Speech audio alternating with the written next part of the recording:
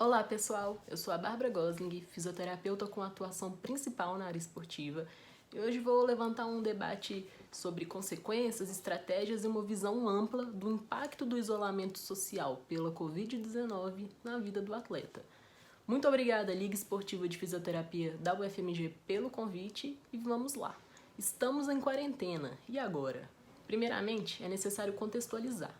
Então eu vou abordar o isolamento social aplicado ao contexto esportivo, que vai incluir atletas de rendimento, sejam eles profissionais, sejam eles atletas de base, em formação, que é o meu foco de atuação. Considerando o contexto esportivo, temos uma temporada. Essa temporada é dividida por períodos de preparação, de treinamento e de competição, que são organizadas dentro de uma periodização. Então, o que é periodizar? Periodizar é um modo sistemático de organizar, planejar, otimizar o seu treinamento, dividindo as intervenções em períodos, sejam esses períodos longos, curtos, mas que é modulado pela valência, pela carga específica que vai ser imposta, também considerando os períodos de descanso e recuperação.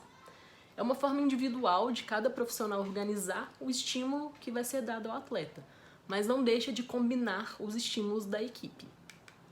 A gente não costuma usar muito o termo periodizar na fisioterapia, então eu trouxe esse primeiro artigo, que é da psicologia, mas que aborda justamente essa forma integrada de se ter uma periodização, que no fim vai otimizar todo o estímulo que chega para o atleta.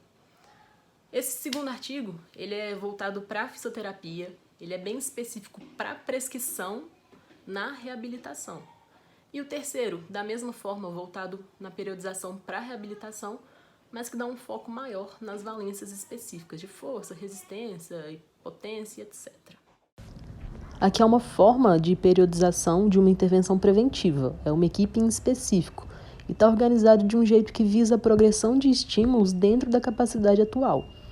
E então já estamos numa fase que eu particularmente chamo de transição para entrar na reta final da preparação para o campeonato-alvo. E aí tivemos a interrupção abrupta do estímulo e, portanto, do trabalho que era planejado e imposto. Então, esse jeito de periodizar foi inspirado na pirâmide de performance descrita por Gray Cook, que é um diagrama representativo do movimento humano, dos padrões de movimento relacionados ao desempenho esportivo e ao nível de habilidade. Então é como se fosse um guia, um passo a passo, uma estratégia para progredir os estímulos de uma forma controlada para atingir o topo de uma pirâmide. Então, o que seria chegar ao seu objetivo, que no meio esportivo é a alta performance propriamente dita. Então, a quebra de qualquer passo a passo significa aumento da incidência de lesões, redução do desempenho esportivo. Então, por que eu estou falando de periodização? Porque se periodizar é planejar, qualquer quebra em planejamento, a gente vai ter a interrupção dos ganhos que estavam sendo obtidos. E com o isolamento, além de interromper, a gente vai estar gerando uma perda das capacidades funcionais que já estavam sendo adquiridas. Então, a gente entra na ideia do modelo relacional de capacidade e demanda. Capacidade é basicamente o sistema ser capaz de transferir, gerar, dissipar a energia mecânica, e demanda é a carga gerada por qualquer atividade. Vou deixar um vídeo a seguir, que foi o vídeo que eu usei para explicar para os meus atletas a questão de capacidade e demanda relacionadas no isolamento social. É como se o atleta fosse representado por esse copo grande de plástico. Então, estávamos em um trabalho para aumento de capacidade com estímulos de mobilidade, flexibilidade, estabilidade e dar condição a esse atleta de suportar a demanda que seria imposta, representada aqui pela água e podendo ser caracterizada pelo estresse de treinamento, seja ele físico, mental e todas as questões que são envolvidas no aumento de demanda. Estávamos em equilíbrio, já que era um trabalho em progressão e controlado. E é como se, na quarentena, o copo grande se tornasse o copo pequeno, ou seja, uma perda de capacidade, já que não manteve o estímulo que era dado. Ah, mas a demanda também vai estar baixa. Sim, não tem demanda. Então, no momento, estamos em equilíbrio. Só que devemos pensar a longo prazo, que é quando o treinamento vai retornar e essa demanda vai vir com tudo numa capacidade baixa. Isso é lesão. Então, temos uma situação instalada, óbvia. Existe uma diferença de capacidade e demanda. E isso nos leva a pensar em alguns dados específicos.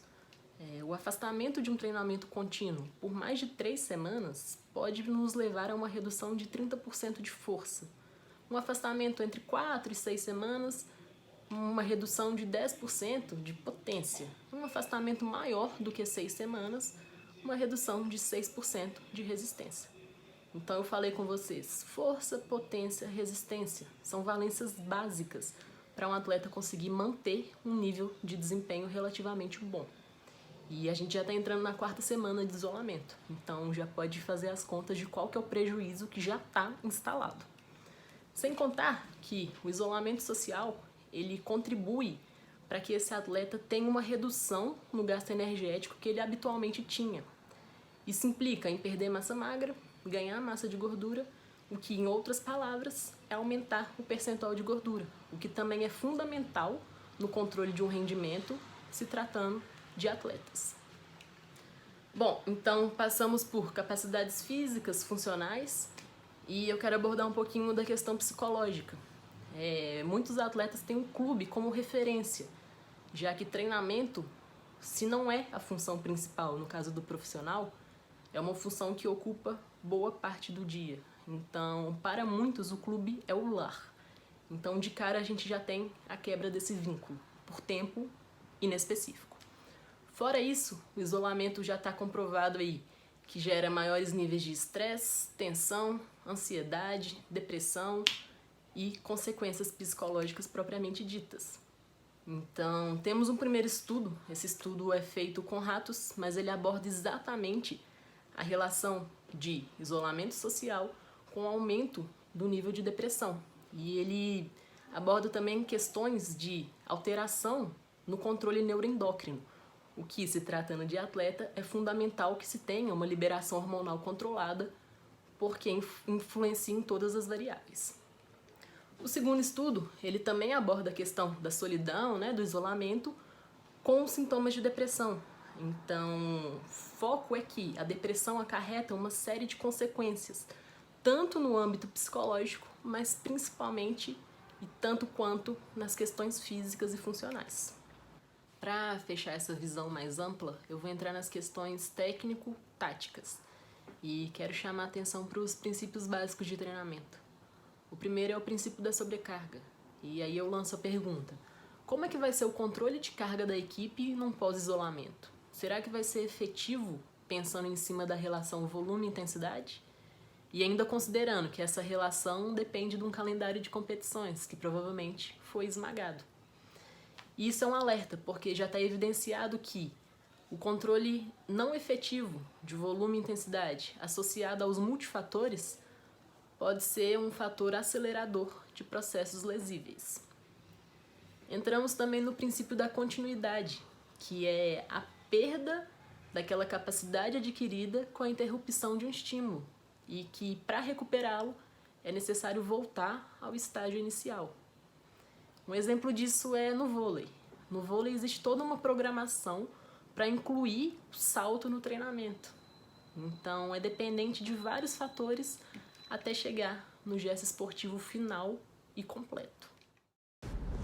Aqui são 2 atletas profissionais levantando a questão da ausência do contato com o material esportivo de fato, ou seja, a falta de toque na bola, que entramos no princípio da especificidade e que indiretamente nos leva a possíveis alterações de gesto esportivo no retorno e as suas consequências. Passamos aí então por todas as áreas e o nosso foco final sempre foi a incidência de lesão.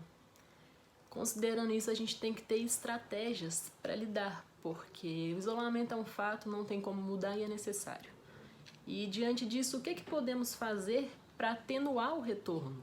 Para que o retorno ao treinamento seja mais brando, seja menos lesível.